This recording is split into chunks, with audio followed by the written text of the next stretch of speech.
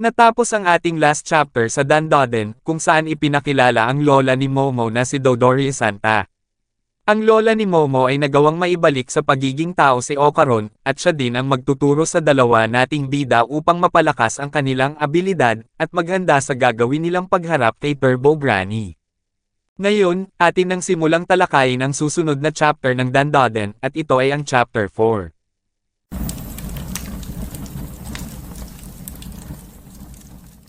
Nagsimula ang chapter, kung saan habang nag-iensayo si Ocaron ay bigla nitong isinigaw ang pangalan ni Aya Sesan. Sinabi ni Momo na hindi. Si Ocaron ay kailangang pumunta sa banyo. Sinaad ng kanyang lola na kung ganun ay papuntahin mo na siya, habang sinambit ni Momo na hindi pwede. Sinabi ko na sayo na hindi iyon magandang ideya.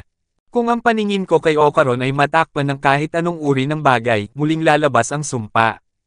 Sa madaling salita, kailangan kong bantayan si Ocaron kahit na pumunta siya sa banyo. Sinabi ng kanyang lola na sundan mo siya, habang sinaad ni Momo na hinding-hindi ko siya babantayan habang ginagawa niya ang kanyang kalakaran.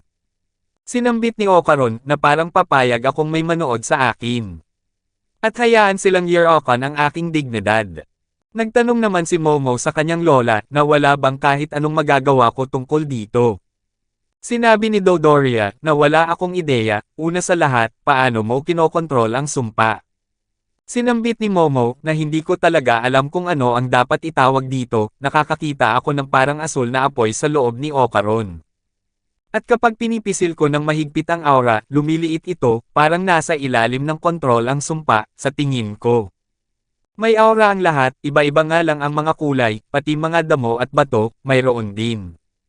Maaari kong hawakan ang kanilang mga aura at ilipat ang mga ito ayon sa gusto ko, pero hindi ko kayang abutin ang ganoong kalayo. Sinabi ng kanyang lola na akala ko ang mga psychic powers ay sobrang lupit, medyo limitado nga iyon. Sinambit ni Momo na noong unang na-awakened ang aking kapangyarihan, ay labis na mas malakas ito kaysa ngayon. Noong panahong iyon, parang anumang naiisip ko sa isip ko ay talagang nangyayari, parang walang makakopy sa akin, sa tingin ko. Pero humina ang mga ito ng mabilis at ngayon ang kaya ko lang gawin, ay manipulahin ang mga aura. Sinabi ni Dodoria na Momo. Isarado mo ang iyong mga mata sandali, habang sinaad ni Momo na hindi pwede. Muling lalabas ang sumpa. Sinambit ni Dodoria na ang ibig kong sabihin ay hindi mo dapat iasa lahat sa iyong mga mata, subukan mong gamitin ang iba mong mga pandama, tulad ng iyong pandama sa paghawak. Kung kaya mong hawakan ang mga aura, dapat mo rin itong maramdaman. Damhin mo ang kanyang aura sa iyong balat. Sinubukan ni Momo ang sinabi ng kanyang lola, at nang hawakan niya ang aura ni Ocaron ay malamig daw ito. Sinabi naman ng kanyang lola na ngayon, isara mo ang iyong mga mata ng dahan-dahan. Pakiramdaman mo. Sinunod ni Momo ang sinabi sa kanya ng kanyang lola, ngunit biglang lumitaw ang sumpa ni Ocaron. Sinaad ni Momo na hindi ko magawa, habang sinabi ng kanyang lola na hay nako naman. Lalo namang pinagpapawisan si Ocaron at sinabi na halos nasa hangganan na ako. Hindi ko na kayang itago ito ng mas matagal. Sinambit ni Dodoria na ano na ngayon, Momo. Nagsisimula ng gumalaw ang kanyang bituka. Sinabi ni Momo na sinabihan mo akong subukan ito, habang sinaad ni Ocaron na ayokong may nanunood sa akin habang pumapasok ako sa banyo. Bigla namang tumakbo si Ocaron at sinabi na pero ayokong gawin ito sa aking pantalon. Sinabi ni Momo na teka lang, saan ka pupunta, habang sinambit ni Ocaron na gagamitin ko ang inyong banyo. Pinipigilan ni Momo si Ocaron habang sinasabi na may lakas ka ng loob na gumawa ng ganoon sa bahay ng iba. Gusto ding makisawsaw ni Dodoria sa dalawa kaya sinundan niya ang mga ito, habang sinabi ni Ocaron kay Momo na nasa dulo na ako ng aking hangganan. Sinabi ni Momo na sino ang nagsabing maaari mong gamitin ang banyo, habang sinaad ni Ocaron na sira ulo ka ba. Lalabas na ang turtle head sa kanyang shell sa anumang segundo ngayon. Sinambit ni Momo na huwag mong isipin na makakalayo ka sa akin sa bahay na ito, habang sinabi ni Ocaron na umalis ka dahil sa sabog na ako. Nais ding pigilan ni Dodoria si Ocaron, habang si Momo ay tumalsik dahil natalo siya ni Ocaron sa paunahan, at si Dodoria na lang ngayon ang kanyang kalaban. Nang malapit na sila sa finish line ay nagwagi si Okaron, at sa wakas ay nakapag-CR na ito, ngunit nakabantay sa kanya si Momo. Sinabi ni Okaron na ito ay nakakahiya, habang sinambit ni Momo na ayokong marinig yan sayo. Sinaad ni Okaron na hanggang ngayon, pinapangarap ko ang mga karanasan sa mga bagay na hindi alam, tulad ng pagdukot ng mga alien. Pero sobra na ito, gusto ko nang makawala sa sumpang ito sa lalong madaling panahon. Kinausap naman ni Dodoria ang kanyang apo at sinabi mong parang hindi ka mapipigilan noong una kang nagising sa iyong mga psychic powers, di ba? Malamang iyon ang iyong mga natural na kapangyarihan. Ngunit tila parang nagkaroon ng pagbabago.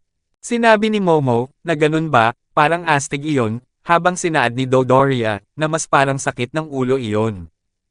Kailangan mong mag-ensayo para ilabas ang kapangyarihang iyon ng unti-unti, hindi ko alam kung gaano katagal iyon, pero aabutin din ng ilang panahon para palakasin ang bata, kaya may oras ka. Sinaad ni Okaron na ibig mong sabihin ay kailangan kong patuloy na bantayan sa banyo, habang sinabi ni Momo na linya ko yan. Bigla namang napansin ni Momo na nagdugo ang ilong ng kanyang lola at sinabi na nangyari din sa akin yan. Bigla namang nagulat si Momo dahil nakita niya si Turbo Granny sa banyo. Mabilis namang ipinaalam ni Momo sa kanyang lola ito, ngunit si Dodoria ay hindi kumikibo at hindi din gumagalaw. Kinausap ni Turbo Granny si Momo at sinabi na hindi yan makakatulong sa iyo, wala siyang silbi kundi maging anino ng kanyang sarili, ang oras ay tumatakbo lamang para sa iyo at sa akin. Pilit namang tinatawag ni Momo ang kanyang lola ngunit walang nangyayari at sinabi niya na hayop ka. Anong ginagawa mo sa lola ko? Sinambit ni Turbo Granny na atake sa puso o pangingisay. Hahayaan kitang pumili kung paano siya mamamatay. Nakakahawa ang sumpa ko gamit ang bata bilang tagapamagitan, maaari kong sumpain at patayin ang sinumang tao na tumingin sa kanya. Huwag mong subukan ang iyong swerte sa akin, wala kang oras para mag-ensayo, pumunta ka sa tunnel ngayong gabi, kung hindi, gagamitin ko ang bata para patayin ang lahat sa paligid niya, ngayong gabi, naiintindihan mo. Matapos magsalita ni Turbo Granny ay bumalik na sila sa normal, ngunit ang ilong ni Okaron ay nagkaroon din ng dugo, habang ang tenga ni Dodoria ay nagdugo din. Ipinaalam ni Momo sa kanyang lola na ang kanyang tenga ay nagdudugo at tinanong din niya ito kung masakit ang kanyang ulo. Napansin naman ni Dodoria na ang charm na nakalagay sa kanilang bahay ay nang itim, at tinanong niya si Momo kung ano ang nangyari. Bigla namang nagbago ang scene, kung saan nakasuot sila ng mga kimono at nagsasagawa ng isang ritual si Dodoria. Sinabi ni Momo na kailangan ba talagang suotin namin ito, habang sinambit ni Okaron na nahihirapan akong makakita dito. Sinaad ni Dodoria na isa yung bulletproof vest ng mga espiritista, kaya siguraduhin yung manatili yan sa inyong mga katawan. Dahil sa wala kayong dalawa ng anumang pagsasanay, parang itinatapon kayo sa isang laban ng wrestling, kung hindi kayo mag-iingat, madali kayong mamamatay. Sinabi ni Momo na oo, alam ko. Mukhang mahina kami, pero nakatalo na kami ng mga alien noon. Sinambit ng kanyang lola na itigil mo ang pagbibiro, walang ganitong bagay tulad ng mga alien. Iyan ang dahilan kung bakit palagi kang nagiging sanhi ng gulo, hindi ka kailanman nakinig sa kahit anong sinabi ko mula pa noong bata ka. Sinabi ni Momo na tumahimik ka na, ayokong masabihan ng isang matandang bruha.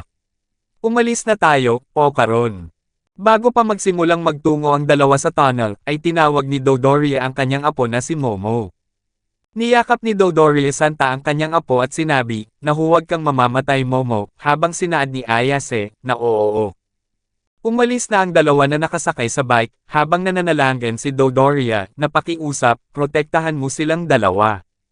Ang dalawa ay sumakay ng tren, habang tinanong ni Okaron kung bakit sila nandito. Sinabi ni Momo na masyadong malayo kapag sa bisikleta. Ayokong mapagod tayo bago tayo makapunta sa tunnel. Hinding-hindi ko papayagang makalusot ang Turbo Granny na ito. Sinaad ni Okaron na pasensya na sa lahat ng nangyayari, habang sinabi ni Momo sa kanyang isipan, na sinubukan ng matanda na iyon na saktan ang isang tao na mahalaga sa akin.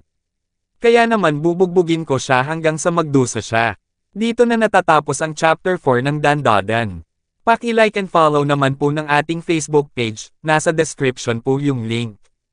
Muli huwag kalimutang mag-like, comment, share at subscribe sa ating channel. Salamat!